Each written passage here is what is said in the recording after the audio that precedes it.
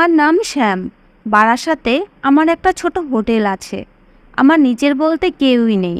আমি এখানে চাকরি করতে এসেছিলাম। এরপরে ভগবান আমার কপাল এমনভাবে ঘুরিয়ে দেয় যে আমি এখানে আমার একটা ছোট হোটেল খুলে ফেলি। আমার জীবন এখন খুব সুন্দরভাবে চলছে। আমার বাবা মা তো আমাকে অনেক দিন আগে এই দুনিয়াতে একলা ছেড়ে চলে গেছেন। আমি আমার এক আত্মীয়র বাড়িতে থেকে বারাসাতে একটা ছোট চাকরি করতে শুরু করেছিলাম। তারপরে একদিন লটারিতে অনেক টাকা পেয়ে নিজস্ব একটা হোটেল খুলে বসি। জীবন শান্তিতেই কাটছিল, কেননা কোনো টেনশন ছিল না। আমার হোটেলে 8টা ছেলে কাজ করত, আর আমি তাদের উপরে নজর রাখতাম। আমার হোটেলটা ছোট, কিন্তু এখানকার খাবার খুব টেস্টি হতো। তাই তো দূর দূরান্ত থেকে মানুষ খাবার খাওয়ার জন্য এখানে আসতো। এখন আমার বয়স 28 বছর হয়ে গেছে। এখন আমি বিয়ে করে সংসারী হতে চাইছি, কিন্তু এখনো অবধি কোনো মেয়েকে আমি পছন্দ করতে পারিনি। একদিন আমি আমার হোটেলে একটা মেয়েকে দেখলাম। প্রথম নজরে তাকে আমার ভালো লেগে যায়। তার মুখে একটা অদ্ভুত উদাস ভাব ছিল। সে আমার সামনে বসে আছে। আমি তার দিকে বারবার দেখছি আর ভাবছি, এ কেন এত টেনশনে আছে, কি প্রবলেম। এটা একটা অদ্ভুত ব্যাপার যে ও আমার কেউ না, না ওর সাথে আমার কোনো সম্পর্ক আছে, কিন্তু আমি ওর অবস্থা অনুভব করতে পারছি। এরপরে মেয়েটি রিকোয়েস্ট স্বরে আমাকে বলতে লাগলো, স্যার, আমি খুব অসুবিধায় আছি। আপনার হোটেলের ব্যাপারে জানতে পেরে এখানে এসেছি। আপনি কি এখানে আমাকে কোনো কাজ দিতে পারেন? প্লিজ না করবেন না। আমার একটা কাজের খুব দরকার। আমার হোটেলে সব ধরনের লোক খাবার খেতে আসতো। তার উপর আমার সমস্ত স্টাফ ছেলে, আর তারা সবাই গ্রামে বউ বাচ্চা ছেড়ে এখানে কাজ করতে এসেছে। আমি মনে মনে ভাবলাম, আমি যদি একে কাজ দেই তাহলে আমাকে এর দায়িত্বও নিতে হবে, আর এটা আমার নীতির বিরুদ্ধে। আমি এখানে কোনো মেয়েকেই কাজে রাখতে চাই না। এতগুলো ছেলের মধ্যে শুধু একটা মেয়ে থাকলে হয়তো কোনোদিন আমার হোটেলে বদনাম হয়ে যেতে পারে।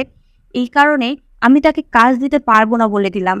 যদিও আমি তাকে কাজ দিতে পারতাম, কেননা আমি এই হোটেলের মালিক, আর এখানে আমার সিদ্ধান্তই চলতো। মেয়েটি আমাকে বলল, প্লিজ দেখুন না, যদি কোনোভাবে সম্ভব হয়। আমি খুব অসুবিধায় পড়ে অনেক আশা নিয়ে এখানে এসেছি। ও সরল মুখ আর নিষ্পাপ কথা শুনে আমার মন গলে গেল। আমি তাকে ঠিক আছে বলে হোটেলের সমস্ত কাজ বুঝিয়ে দিলাম। আমি ওকে শাকসবজি কাটা এবং মশলা তৈরির কাজ দিলাম, আর অন্যান্য কাজ করার জন্য লোক রাখাই ছিল। আমার কথা শুনে মেয়েটি খুব খুশি হয়ে বলল, আপনাকে অসংখ্য ধন্যবাদ। আমি খুব সমস্যায় ছিলাম। আপনি একটা অসহায় মানুষের অসহায়ত্ব বুঝতে পেরেছেন। আমি তাকে বললাম, তুমি বারবার নিজের অসহায়ত্বের কথা বলো না। আমি তোমাকে সাহায্য করতে পারছি, তাই সাহায্য করে দিলাম। এরপরে আমি তাকে 1 মাসের স্যালারিও অ্যাডভান্স করে দিলাম। আমার এখানে কাজ করা একটা ছেলে আমাকে বলল, স্যার, আপনি এই মেয়েকে এখানে কাজ দিয়ে ঠিক করেননি। তার উপরেই তাকে প্রথম দিনই পুরো মাসে বেতন অ্যাডভান্স দিয়ে দিলেন। কিছু মানুষ খুব লোভী হয়, দেখবেন এও হয়তো সেরকম, আর হয়তো কাল থেকেই কাজে আসবে না, কিন্তু পরের দিন সে কাজে এলো, আর এরপর থেকে সে একদিনেরও ছুটি নেয়নি। সে প্রতিদিন টাইমে এখানে আসতো আর টাইমে বাড়ি ফিরে যেত।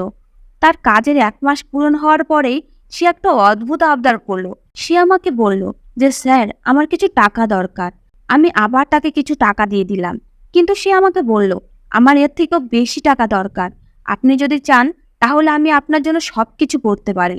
আমি জানি আপনার বিয়ে হয়নি। যদি আপনি চান তাহলে আমি আপনার স্ত্রী হয়ে আপনার সাথে 1 রাত কাটাতেও পারি। তার মুখে এই কথা শুনে আমার হুঁশ উড়ে গেল, কেননা সে এই কথা নির্দ্বিধায় বলে দিল। আমি তাড়াতাড়ি করে তার হাত ধরে তাকে আমার অফিসের ঘরে নিয়ে গেলাম। তারপর আমি তাকে বকাবকি করে বললাম যে, এ কেমন উল্টোপাল্টা কথা বলছো তুমি?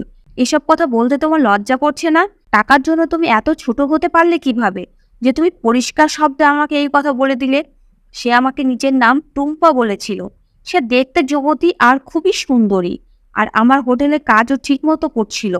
আমার বকাবকিতে সে খুব লজ্জিত হলো। এরপরে সে আর কখনো আমাকে উল্টোপাল্টা কথা বলেনি। কিন্তু একদিন হঠাৎ রান্নাঘর থেকে দৌড়ে বাইরে বেরিয়ে এলো। আমি অবাক হয়ে গেলাম যে রান্নাঘরে আবার কি হলো। আমি রান্নাঘরে গিয়ে দেখলাম স্টাফের সমস্ত ছেলেরা নিজের নিজের কাজে ব্যস্ত। আমি তাদের কাছে জিজ্ঞেস করলাম, টুম্পা এখান থেকে দৌড়ে বেরালো কেন? তোমরা ওর সাথে কিছু করনি তো? তখন তারা বলতে লাগলো, না স্যার, আমাদের মধ্যে কেউ তো কিছুই করেননি। কিন্তু আমার সন্দেহ হচ্ছিল, যেভাবে ও দৌড়ে বেরিয়েছিল তাতে কোনো না কোনো ব্যাপার তো নিশ্চয়ই আছে। পরে আমি ওকে আমার অফিসের ঘরে ডেকে জিজ্ঞেস করলাম যে, কিছুক্ষণ আগে তোমার কি হয়েছিল? তুমি এভাবে দৌড়ে বেরিয়েছিলে কেন? সে বলতে লাগলো, আপনার হোটেলে কাজ করে ওই যে চাপা গায়ের রং যে ছেলেটা আছে না, সে আমার সাথে বদমাইশি করার চেষ্টা করেছিল। আমি বুঝে গেলাম যে ও কার কথা বলছে। সে আমার হোটেলের কাজ করা একটা ছেলে যার নাম ধীরাজ। আমি বললাম, তুমি পুরো শিওর? তখন ও বলল, হ্যাঁ, প্রতিদিন আমি সাইডে দাঁড়িয়ে নিজের কাজ করতাম, আর ও বারবার কোনো না কোনো জিনিস নিয়ে ওর বাহানায় আসতো আর আমার শরীরের সাথে ধাক্কা লাগিয়ে যেত। কিন্তু আজকে তো যে সমস্ত সীমা পার করে দিয়েছে। আজকে তো ও জোর করে আমার হাত ধরে আমার কোমরে হাত রেখেছিল। আমি সঙ্গে সঙ্গে সেখান থেকে দৌড়ে বেরিয়ে আসি। আমি বললাম, সঙ্গে সঙ্গে তোমাকে আমার বলা উচিত ছিল, তোমার এভাবে পালানো দরকার নেই। আমি ধীরাজকে ডেকে জিজ্ঞেস করলাম, তুমি এসব কি কাজ করছো? তোমার মতো ছেলেদের কারণেই মহিলারা সম্মানের সাথে কাজ করতে পারে না। ধীরাজ বলল, স্যার, ও নিজেই আমার কাছে আসার চেষ্টা করেছিল। আমি কিছুই করিনি স্যার। আমি গত 3 বছর ধরে আপনার কাছে কাজ করছি, আর এই মেয়েটার আসার এখানে 3 মাসও হয়নি। আপনি তার কথায় বিশ্বাস করে নিলেন, আর আপনি আমার কথা বিশ্বাস করছেন না?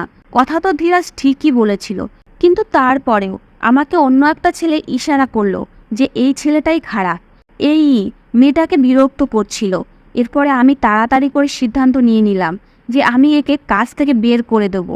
আমি ধীরাজকে বললাম, তোমার হিসেব ফাইনাল করে নাও। তারপরে ওই হিসাব বুঝে নিয়ে আমার হোটেল থেকে চলে গেল।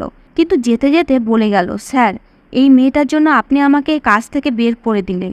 এই মেয়ে আপনাকে একদিন তার আসল রূপ নিশ্চয়ই দেখাবে। তখন আপনি বুঝতে পারবেন আমি ঠিক ছিলাম না ভুল। এটা তো ঠিকই যে আমি ওকে কাজ থেকে বের করে দিয়েছি, তাই ও নিশ্চয়ই আমার প্রশংসা করবে না। তাই তো ও এইসব কথা বলতে বলতে এখান থেকে চলে গিয়েছিল। সন্ধ্যাবেলা আমার হেড স্টাফ আমাকে বলল, স্যার, আপনি এই মেয়েকে কাজে রেখে ভালো করেননি। এখন তো এই ধরনের ঘটনা ঘটতেই থাকবে। একজন যুবতী আর সুন্দরী মেয়ে এতগুলো ছেলের মধ্যে কাজ করা কোনো সাধারণ ব্যাপার না। আর আপনি এটাও জানেন যে এখানে কাজ করা সমস্ত ছেলেরা বাইরে, তারা নিজের নিজের বউ থেকে দূরে। কেউ 6 মাস, কেউ 1 বছর ধরে বাড়িতে যায়নি। এই অবস্থায় সুন্দরী মেয়ের সাথে কাজ করার সময় কিছু একটা হয়ে যেতেই পারে। আমি তাকে বললাম, এটা তুমি কেমন কথা বলছো? কোনো ছেলে কি নিজের ওপরে এইটুকু কন্ট্রোল থাকে না যে সে নিজের বউকে না পেলে যে কোনো মেয়ের দিকে হাত বাড়াবে? আমি ওকে আরও বললাম, যদি টুম্পাকে আমি কাজ দিয়ে থাকি তাহলে ওর সুরক্ষা আমিই করব। আমার হৃদয়ে যদি টুম্পার প্রতি বিশ্বাস না থাকতো তাহলে আমি কখনোই তাকে এই চাকরিতে রাখতাম না। আর না তো তার জন্য আমার এত পুরনো কাজের ছেলেকে চাকরি থেকে বের করে দিতাম। এই কথাটা তো নিশ্চিত যে আমার হৃদয়েও ও একটা স্পেশাল জায়গা বানিয়ে নিয়েছিল। কিন্তু ওর ব্যাপারে আমি কিছুই জানতাম না। সে বিবাহিত কিনা, তার বাবা মা আছে কিনা, ও কেন এখানে কাজ করছে। আমি ধীরে ধীরে ওর কাছ থেকে এইসব কিছু জানতে চাইতাম। আর যদিও ও কুমারী হয় তাহলে আমি ওকে বিয়ে করে ওর সাথে আমার সারা জীবন কাটাতে চাইতাম। আমার মনে হয় না যে ও বিবাহিত, কেননা ওকে দেখে কোনোভাবেই মনে হতো না যে ও বিবাহিত। ওর বয়স খুবই বেশি না, এই মোটামুটি 21 থেকে 22 বছরের হবে। রাতের বেলা যখন হোটেলে কিছু খাবার বেঁচে যেত তখনও সেই খাবার ও প্যাক করে নিজের সাথে নিয়ে যেত। একদিন সকাল সকাল ও নিজের বাড়ি থেকে আমার জন্য কিছু বানিয়ে নিয়ে এলো। জানি না ও কার কাছে শুনেছিল বা এই জিনিসের আইডিয়া কোথা থেকে পেয়েছিল, কিন্তু যাই হোক, ও ঠিকই আইডিয়া করেছিল যে আমি মিষ্টি জিনিস খুব পছন্দ করি। ও বলেছিল, স্যার, আমি আপনার জন্য একটা জিনিস বানিয়ে এনেছি। আপনি আমাকে এত সাহায্য করেন, বদলে আমি আপনার জন্য কিছুই করতে পারি না। তাই ভাবলাম আপনার জন্য মিষ্টি কিছু বানিয়ে নিয়ে আসি। আমি বললাম, তুমি খুব ভালো করেছো। ও আমার জন্য নিজের হাতে করে ক্ষীর বানিয়ে নিয়ে এসেছিল। আমি খেতে খেতে বললাম, দারুণ হয়েছে, তোমার হাতে তো জাদু আছে। আরও বললাম, এই ক্ষীর তুমি আমার হোটেলেও বানানো শুরু করো, আমি তোমাকে এর জন্য আলাদাভাবে টাকা দেবো। আমি ওকে ভালোই বেতন দিতাম, আর হোটেলে বেঁচে যাওয়া খাবারও নিয়ে যেত। কিন্তু তবুও সবসময় উদাস আর টেনশনে থাকতো। আমি ওর এই অবস্থা দেখতে পারতাম না। একদিন আমি ওকে জিজ্ঞেস করলাম, কি ব্যাপার, তুমি সবসময় উদাস আর টেনশনে থাকো কেন? তখন ও আমাকে বলল, আপনি কি করবেন আমার কাহিনী শুনে? এখন কাউকে তো বারবার জিজ্ঞেস করা যায় না, না হলে সে কি ভাববে কে জানে। এই কারণে আমি ওকে দ্বিতীয়বার আর কোনো প্রশ্ন করলাম না। এভাবেই দিন চলতে লাগলো। একদিন এত বেশি বৃষ্টি হচ্ছিল যে কেউই হোটেলের দিকে আসছিল না। জায়গায় জায়গায় বৃষ্টির জল জমে গেছে। শুধু কিছু কাস্টমার গাড়িতে করে এসেছিল, খেয়ে দিয়ে তারাও চলে গেল। এখনো হোটেল বন্ধ হতে 1 ঘন্টা বাকি আছে, কিন্তু কোনো গ্রাহক নেই বলে আমি সবাইকে ছুটি দিয়ে দিলাম। বললাম, তোমরা সবাই নিজের নিজের বাড়ি চলে যাও। অনেকক্ষণ ধরে বৃষ্টি হচ্ছে, জানি না হয়তো এই বৃষ্টি সারা রাতেও থামবে না। সবাই ধীরে ধীরে নিজের জিনিসপত্র নিয়ে যেতে শুরু করেছিল। টুম্পাও বেরিয়ে গেছিল। ওকে দরজায় বাইরে যেতে দেখলাম। আমি নিজে হোটেলেই থেকে গেলাম। ভাবলাম আজকে হিসাবটা একটু দেখেই নিই, ঘন্টাখানেক পরেই বাড়ি যাব। কিন্তু এটা দেখে আমি অবাক হয়ে গেলাম যে টুম্পা আবার ফিরে এসেছে। ভাবলাম হয়তো কোনো জিনিস ভুলে গেছে, কিন্তু ও আমার অফিসে এসে ঢুকে দরজা বন্ধ করে দিল। যদিও আমার কিছুটা আইডিয়া হয়ে গেছিল যে ও কি চায়, তারপরেও আমি ওকে বললাম, কি ব্যাপার? ও বলল, আমার কিছুটা টাকার দরকার। আমি জানি আপনার এখনো বিয়ে হয়নি, আপনার স্ত্রী নেই। আমি বললাম, তোমাকে কে বলেছে এইসব? তখন ও বলতে লাগলো, স্টাফরা নিজেদের মধ্যে কথা বলা বলি করছিল। যদি আপনি বলেন তাহলে আমি সেই কাজও করতে পারি, যেটা একজন স্ত্রী তার স্বামীর জন্য করে। আমি একদিনের জন্য আপনার স্ত্রী হতে পারি। আমি জানি আপনি আমার এই কথাতে রেগে যাবেন, কিন্তু আমি বিপদে আছি। আমার টাকার খুব দরকার। আপনি আমাকে কিছু টাকা দিন, তার বদলে আমি সবকিছু করার জন্য রাজি আছি। আমি ওর দিকে অবাক হয়ে তাকালাম, কেননা এর আগে যখন সে এই একই কথাটা বলেছিল, তখন আমি তাকে খুব বকে দিয়েছিলাম। আমি যে মেয়েকে মনে মনে বিয়ে করতে চাইতাম, সে আমাকে এই রকম অফার দিচ্ছে, তাও রাতের এই সময়, যখন হোটেলে আমি আর সে ছাড়া আর কেউ নেই। যখন কোনো পুরুষ নিজের পছন্দের মেয়ের মুখ থেকে একই রকম কথা শুনে, তখন সে কি ভাববে? সাধারণ ব্যাপার, সে এটাই ভাববে যে মেয়েটা ভালো নয়। কিন্তু ওকে দেখেই মনে হচ্ছিল যে সে অসহায় হয়ে এই কথা বলছে। কিন্তু ওর এমন কি অসহায়ত্ব আছে? যখন সে নিজেই আমার কাছে এগিয়ে এসেছে, তখন আমি কেন পিছিয়ে যাব? আমি ওর হাত ধরে ওকে হোটেলে একটা রুমে নিয়ে গেলাম। এখানে তাকে নিয়ে এসে আমি বললাম, তোমার টাকার দরকার তাই না? সে বলল, হ্যাঁ। কিন্তু ওর চোখে জল ছিল। আমি বললাম, তোমার কত টাকা চাই একদিনের জন্য আমার স্ত্রী হতে? আমি যদি তোমাকে কিছুদিনের জন্য নিজের স্ত্রী বানাতে চাই তাহলে চলবে, বদলে তুমি টাকা অনেক পাবে। এরপরে আমি ওর দিকে চোখ তুলে ভালোভাবে দেখার চেষ্টা করলাম আর ওর দিকে এগিয়ে গেলাম। তখন ও হাউমাউ করে কান্না করতে লাগলো। সে আমার কাছে ক্ষমা চাইতে লাগলো আর বলতে লাগলো, প্লিজ স্যার, আমাকে যেতে দিন। আমি এই কাজ করতে পারবো না। আমি এক মুহূর্তের জন্য দুর্বল হয়ে পড়েছিলাম, কিন্তু না না, আমি এসব কোনো মতেই করতে পারবো না। আমি ওর কাছ থেকে পিছিয়ে সরে এলাম। আসলে আমার এরকম কিছুই করার উদ্দেশ্য ছিল না। আমি ওর ফিলিংসকে আঘাত করতে চাইতাম, যাতে ওর কনফিডেন্স জেগে ওঠে। আমি বললাম, এখন তুমি আমাকে এটা বলো যে তোমার এমন কি বিপদ যে তুমি এইসব করার জন্য তৈরি হয়ে গিয়েছিলে? আর ভগবানের জন্য আমাকে মিথ্যা বলো না। তখন সে বলল, এখন আমি আপনাকে কোনো কিছুই মিথ্যা বলবো না। আপনি আমার সাথে চলুন। আমি আপনাকে দেখাচ্ছি যে আমি কতটা অসহায় হয়ে আছি। ঠিক আছে, চলো বলে আমি আমার গাড়ি বের করলাম।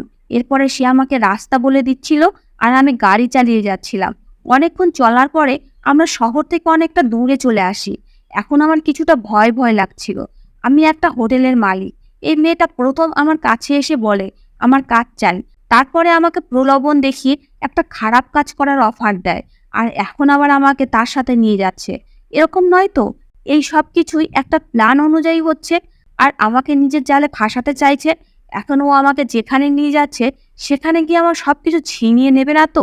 এরা আমার কাছ থেকে সবকিছু আমার থেকে ছিনিয়ে নিয়ে যদি আমার কিছু করে দেয় তাহলে কি হবে? কেউ কিছু জানতেও পারবে না। এতদিন অবধি ও কিছুই বলেনি, তো আজকে বৃষ্টির দিন ওর নিজের অসুবিধার কথা মনে পড়েছে। আমার মাথা হাজার রকমের চিন্তা আসতে লাগলো। তখনই হঠাৎ ও বলতে লাগলো, ব্যাস, সামনের গলিতে প্রথম বাড়ির সামনে গাড়ি থামিয়ে দিন। বাড়িটা আমার অনেক ছোট মনে হচ্ছিল। এই বাড়ির দেওয়াল তো পাকা, কিন্তু উপরে ছাদ টিনের। গাড়ি থেকে নেমে আমরা ঘরের মধ্যে চলে এলাম। ঘরের অবস্থা দেখে আমার আইডিয়া হয়ে গেল যে এখানে অভাব অনটনের রাজত্ব চলছে। এই ঘরে তেমন কিছুই ছিল না।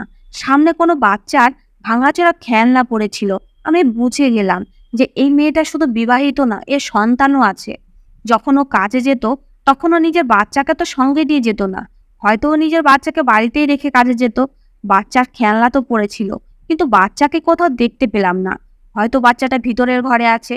সে যখন আমাকে সেই ঘরের মধ্যে নিয়ে গেল, তখন সামনের দৃশ্য দেখে আমি হতবাক হয়ে গেলাম, কেননা সেই ঘরের ভিতরে বিছানায় একটা লোক শুয়েছিল, যার অর্ধেক শরীর অকেজো হয়ে গেছে, কিন্তু সে জেগেছিল। সে অদ্ভুত ইশারা করে টুম্পাকে জিজ্ঞেস করতে লাগলো, ইনি কে? টুম্পা ইশারাতে তাকে বলল, ইনি আমার স্যার, যেখানে আমি কাজ করি ইনি সেখানকার মালিক। তারপরে ও ওই লোকটাকে উঠিয়ে তাকে জল খাওয়াতে লাগলো, তারপরে তাকে ওষুধও খাওয়ালো। তারপরে ও আমাকে বলল, স্যার আপনি বাইরে গিয়ে বসুন। আমি সেখান থেকে বাইরে এসে বারান্দাতে একটা চেয়ার নিয়ে বসে পড়লাম আর ভাবতে লাগলাম যে এই বাড়িতে বাচ্চার খেলনা তো পড়ে আছে, কিন্তু বাচ্চাকে তো কোথাও আমি দেখতে পাচ্ছি না। কিছুক্ষণ পরে টুম্পা বাইরে এসে একটা ছোট টুল নিয়ে সামনে বসে আমাকে জিজ্ঞেস করলো, আমার বাড়ি আপনার কেমন লাগলো স্যার? তারপরে সে বলল, ভিতরে যে লোকটা শুয়ে আছে সে আমার স্বামী। এটা শুনে আমার মধ্যে যে আশার আলো ছিল সেটা ভেঙে চুরমার হয়ে গেল, কেননা আমি তাকে আমার স্ত্রী বানাতে চাইতাম, আর এ তো আগে থেকেই বিবাহিত। টুম্পা বলল, আমার স্বামী অসুস্থ আর আমি তার চিকিৎসার জন্য টাকা জোগাড় করছি। আমি বললাম, হ্যাঁ, এটা তো আমি দেখে নিয়েছি যে সত্যি তুমি খুব অসুবিধার মধ্যে আছো। কি হয়েছিল তোমার স্বামীর যে তার এই অবস্থা হয়ে গেছে? ও বলল, আমি জানি না ওর কি হয়েছে। আমি বললাম, এই কথার মানে কি? তোমার স্বামী আসলে কি হয়েছে তুমি জানোই না? তখন ও বলল, যখন এর সাথে আমার বিয়ে হয়েছিল তখন থেকেই এরকমই। এই কথা শুনে আমি হতবাক হয়ে বললাম, কি বলছো তুমি এটা? তোমার বিয়ে একটা এমন লোকের সাথে দেওয়া হয়েছিল যে আগে থেকে প্যারালাইজড? এমন লোকের সাথে কে তোমার বিয়ে দিয়েছিল? আর তোমার বিয়ে কত বছর হয়েছে? টুম্পা আমাকে বলল, আমার বিয়ে 5 বছর হয়ে গেছে। প্রথমে শুধু একটা হাতই প্যারালাইজ ছিল। এর সাথে আমার জীবন খুবই দুঃখী কষ্টে কেটেছে, কেননা এর এক হাত তো অকেজো ছিল, কিন্তু অন্য হাত ভালো ছিল। আমাকে এক হাত দিয়ে খুবই মারত। ভগবান আমাদেরকে সন্তানও দিয়েছিলেন, কিন্তু সেও এই দুনিয়া ছেড়ে চলে গেছে। আমার মেয়ের বয়স যখন 1 বছর, তখন হঠাৎ করে একদিন ওর নিউমোনিয়া হলো। তারপরে ভগবান ওকে নিজের কাছে ডেকে নিল। আমি লোকেদের বাড়িতে কাজ করতে যেতাম, এখানে ওর খেয়াল রাখার মতো কেউই ছিল না। আমি বললাম, তোমার বিয়ে এই মানুষটার সাথে কে দিয়েছিল? তখন ও বলল, আমার বাবা মা এর কাছে আমাকে বিক্রি করে দিয়েছিল, কেননা আমার বাবা মা ভীষণ গরিব আর লোভী মানুষ ছিলেন। এ আমার থেকে বয়সে অনেক বড়। এ আমার সৌন্দর্য দেখে আমার বাবা মায়ের কাছ থেকে আমাকে কিনে নেয়। যখন থেকে আমার জন্ম হয়েছে তখন থেকে এর অত্যাচার সহ্য করে যাচ্ছি। এ তো এখনও আমার উপরে হাত ওঠায়। আমি অবাক হয়ে বললাম, এ কিভাবে তোমার উপরে হাত উঠাতে পারে? এ তো ভীষণই অসুস্থ।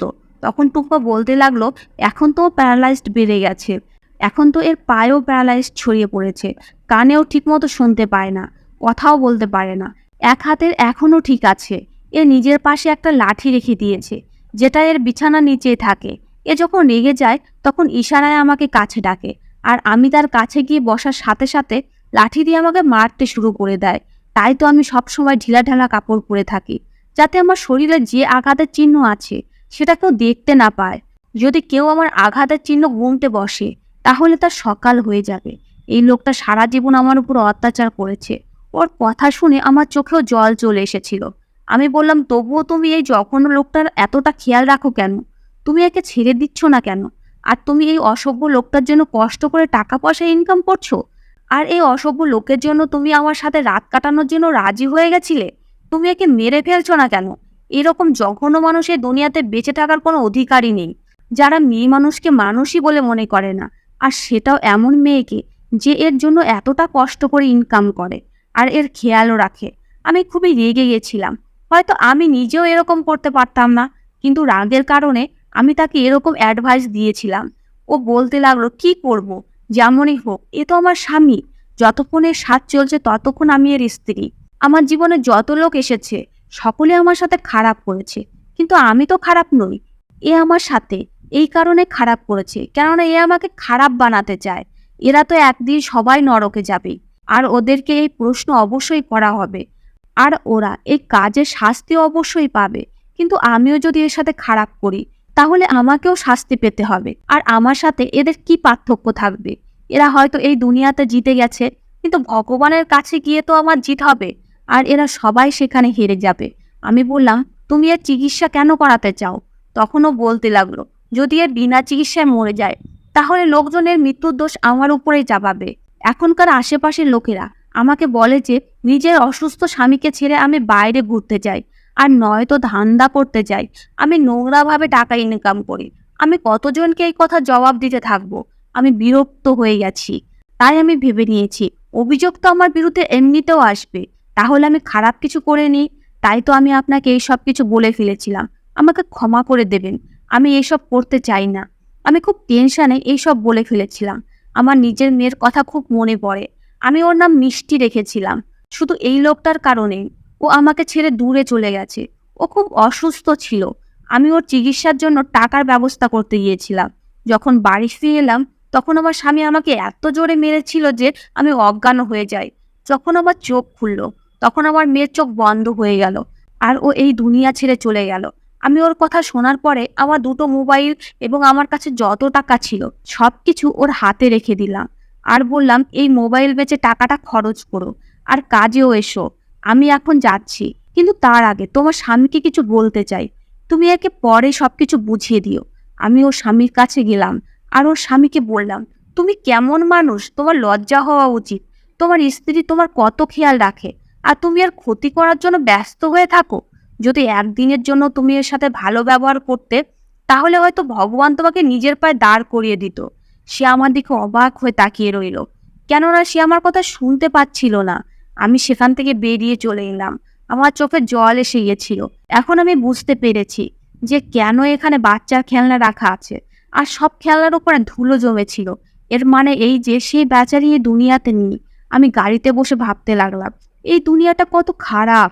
লোকেরা মেয়েদের সম্বন্ধে এত খারাপ ধারণা পোষণ করে যে সে যদি কোনো ভালো কিছুও করে, তবুও লোকেরা বলে যে না না, এ তো ভালো হতেই পারে না। আর অন্যদিকে পুরুষকে এমন বানিয়েছে যে সে কোনো খারাপ কাজ না করতেই পারে না। কিন্তু আমি টুম্পাকে না করেছিলাম, না হলে আজকে অফিসে কেউই ছিল না, আর বৃষ্টিও হচ্ছিল। ও তো নিজেই আমাকে বলেছিল যে আমি সবকিছু করতে রাজি আছি, কিন্তু আমি নিষেধ করে এটা প্রমাণ করে দিয়েছি যে পুরুষ যদি সৎ আর ইমানদার হয়, তাহলে যত সুন্দরই হোক না কেন তাকে ভাসিয়ে নিয়ে যেতে পারে না। আর টুম্পাও এই পাপ থেকে বেঁচে যায়। এরপরে আবার টুম্পা কাজে আসতে থাকলো। আমি ওর সাথে কোনো কথা বলতাম না, সেও আমার সাথে কোনো কথা বলতো না, নিজের কাজ নিয়ে ব্যস্ত থাকতো। আমার ওর উপরে সহানুভূতি আর ভালোবাসা এখনো আছে, কিন্তু আমি সেটাকে আমার হৃদয়ের কোনো এক কোণে দাবিয়ে রেখে দিয়েছি। কেননা আমার মনে হতো না যে ও কখনো আমাকে বিয়ে করবে। ও নিজের স্বামীকে ছাড়তে পারবে না। যদিও তাকে ছাড়তে চাইতো, তাহলে এতদিন ছেড়ে দিত। আর আমি নিজেও ওকে দেখাতে চাইতাম না যে আমি ওকে এতটা ভালোবাসি, কেননা আমি জানতাম যে ও কখনোই আমার হতে পারবে না। দিন এভাবেই কাটতে লাগলো। আমি ওর কাছে এটাও জিজ্ঞেস করিনি যে তোমার স্বামীর ব্যবহার এখন তোমার সাথে ভালো হয়েছে নাকি এরকমই আছে। সে কি এখনো তোমাকে মারধর করে আর তুমি চুপচাপ মার খেতে থাকো? কিন্তু একদিন আমি ওকে দেখে হতভম্ব হয়ে গেলাম। আজকে ওকে খুব খুশি খুশি লাগছিল। ও আমার অফিসে এলো আর বলতে লাগলো, স্যার আমার কাছে আপনার জন্য কিছু আছে। আমি ভাবলাম সে হয়তো আমার জন্য আজকেও আবার কিছু রান্না করে নিয়ে এসেছে। কিন্তু এতদিন ও তো আমার থেকে দূরে দূরে থাকছিল আর আমাকে ইগনোর করছিল। তাহলে আজকে ওর আমার খেয়াল এলো কিভাবে? আমি ওর সাথে এমনভাবে ব্যবহার করছিলাম যেন সবকিছু নর্মাল। আমার ভিতরে ওর জন্য যে কিছু আছে সেটা বুঝতে দিলাম না। আর বললাম, হ্যাঁ বলো, কি নিয়ে এসেছো তুমি? এখনো আমার দুটো মোবাইল টেবিলের উপরে রেখে দিল। আমি ওকে বললাম, তুমি এখনো এগুলো বিক্রি করোনি? তোমার স্বামীর চিকিৎসা করাওনি? তখনও বলতে লাগলো, না আমার এটা বিক্রি করার দরকার পড়েনি। আসলে আমার স্বামী এই দুনিয়া থেকে চলে গেছে। আমি ওর কথা শুনে চমকে উঠলাম। আমি বললাম, এই সব কিছু কেমন করে হলো? ও বলতে লাগলো, সেদিনের 5 দিন পরে রাতের বেলা হঠাৎ করে তার শরীর খুব খারাপ হয়ে যায়, আর কিছুক্ষণের মধ্যে সে মারা যায়। লোকজন আমাকে অনেক খারাপ খারাপ কথা শুনিয়েছিল, কিন্তু আমি তাদের কথা চুপচাপ শুনে নিয়েছিলাম, কেননা আমি জানতাম যে এটাই এই লোকেদের শেষবারের মতো বলা। এরপরে আমাকে কেউই কিছু বলতে পারবে না। এখন আমি বাড়িতে একদমই একা থাকি। আমি ওকে বললাম, এত সব কিছু হয়ে গেছে, কিন্তু তুমি আমাকে কিছুই বলনি কেন? টুম্পা বলতে লাগলো, আমি আপনাকে এই কারণে বলিনি যে আপনি আগেই আমার জন্য অনেক কিছু করেছেন, কিন্তু আজকে আপনাকে এই কারণে বলছি কেননা খুব তাড়াতাড়ি আমার বিয়ে হতে যাচ্ছে, আর সেটাও খুব ভালো একজন মানুষের সাথে। এটা শুনে আমার হুঁশ উড়ে গেল। আমি অবাক হয়ে গেলাম, কারণ ওর স্বামী মরার পরে আবার এত তাড়াতাড়ি বিয়েও করছে। যদি ওর স্বামী মরেই গিয়ে থাকে, তাহলে ও আমাকে কেন বিয়ে করছে না? আমাকে জানালে তো আমি ওকে বিয়ে করে নিতাম। আমারও খুব আফসোস হচ্ছিল যে ও আমাকে একবারে সবকিছু হয়ে যাওয়ার পরে বলছে। ও আরও বলল, পরের মাসে 5 তারিখে আমার বিয়ে, আপনাকে অবশ্যই আসতে হবে। আমি খুব টেনশনে পড়ে গেলাম যে পরের মাসে 5 তারিখ তো কয়েকদিন পরে। এরপরে দিন নর্মালভাবেই চলতে লাগলো। ওর বিয়ে উপলক্ষে আমি হোটেলের সবাইকে ছুটি দিয়ে দিয়েছি, আর আমি অফিসে বসেছিলাম। আমি জানতাম যে আজকে টুম্পা অন্য কারো হয়ে যাবে। এখন আমার এই কথা ভেবে নিজের ওপর খুব রাগ হচ্ছিল যে আমি এই সুযোগ আমার হাত থেকে কেন যেতে দিলাম। এমনিতেও ওর স্বামীকে কোনো না কোনো দিন মরতেই হতো। আমি যদি ওর সাথে কথা বলে নিতাম, তাহলে ওর আমাকে বিয়ে না করার কোনো কারণই থাকতো না।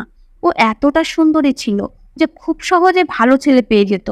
আমি মনমরা হয়ে চুপচাপ বসেছিলাম। হঠাৎ দরজার কাছে কারো হাঁটা চলার আওয়াজ শুনতে পেলাম। কেউ একজন আমার ঘরের ভিতরে ঢুকেছে। আমি মাথা উঁচু করে তাকিয়ে হতবাক হয়ে গেলাম যে সামনে আর কেউ না, বরং টুম্পা দাঁড়িয়ে আছে, আর তাও নববধূ সাজে। আমি ওকে জিজ্ঞেস করলাম, তুমি এখানে কি করছো? কোনো অসুবিধা হয়েছে নাকি? সবকিছু ঠিক আছে তো? আর তোমার স্বামী কোথায়? ও হাসতে হাসতে বলতে লাগলো, আমার হবু স্বামী তো আমার সামনেই দাঁড়িয়ে আছে। আমি বললাম, কি বলতে চাইছো তুমি?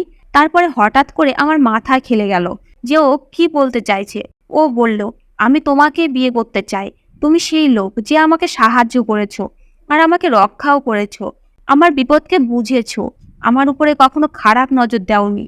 আমি তোমাকে ছাড়া আর কাউকে বিয়ে করতে পারবো না। আমি তোমার থেকে ভালো স্বামী কখনোই পাবো না। যখন ও এই কথা বলল, তখন বন্ধুরা, আমি তোমাদেরকে বলে বোঝাতে পারবো না যে আমি কতটা খুশি হয়েছিলাম। আমার নিজের কানকে বিশ্বাস হচ্ছিল না। আমি ওর দিকে হতভম্ব হয়ে তাকিয়ে রইলাম। আমরা দুজন সেই দিন বিয়ে করে নিলাম। এখন ও আমার স্ত্রী, আর আমরা দুজন আনন্দের সাথে জীবন কাটাচ্ছি। ও আমার বাড়িকে স্বর্গ বানিয়ে দিয়েছে। এখন তো ও আমার বাচ্চার মাও হতে যাচ্ছে। তারপরে যখন 9 মাস পূরণ হলো, তখন ও একটা ফুটফুটে মেয়ে জন্ম দিল। ও বলতো যে এ আমার সেই মেয়ে যে আমাকে ছেড়ে চলে গেছিল, এখন আবার আমার কাছে ফিরে এসেছে। আমি এর নাম মিষ্টি রাখবো। আমি ওকে বললাম যে হ্যাঁ, তুমি এর নাম মিষ্টি রাখো। আর তুমি এটাই ভেবো যে ভগবান তোমার মেয়েকে আবার তোমার কাছেই ফিরিয়ে দিয়েছেন। আমি এখন খুব খুশি যে আমি টুম্পা রূপে একজন খুব সুন্দরী আর ভালো জীবন সঙ্গী পেয়েছি, কেননা আমি পাপ করিনি। আমি যদি সেই রাতে ওর সাথে পাপ করে নিজের তৃষ্ণা পূরণ করতাম, তাহলে হয়তো আজকে আমি শেষ হয়ে যেতাম। ওর পুরো জীবন বদলে গেছে। এখনও আমার স্ত্রী, আর আমি এখন বাবাও হয়ে গেছি। টুম্পা আমার মনের মতো স্ত্রী। আর একটা পুরুষের যে খুশি তার মনের মতো স্ত্রী থেকেই মেলে, সেটা আর কোথা থেকেও মিলতে পারে না। আমি খুব লাকি যে আমি টুম্পার মতো স্ত্রী পেয়েছি। ও আমার জন্য সব থেকে স্পেশাল। এখন আমার জীবন নিজের ছোট ফ্যামিলির সাথে খুব সুন্দরভাবে কাটছে। ধন্যবাদ বন্ধুরা।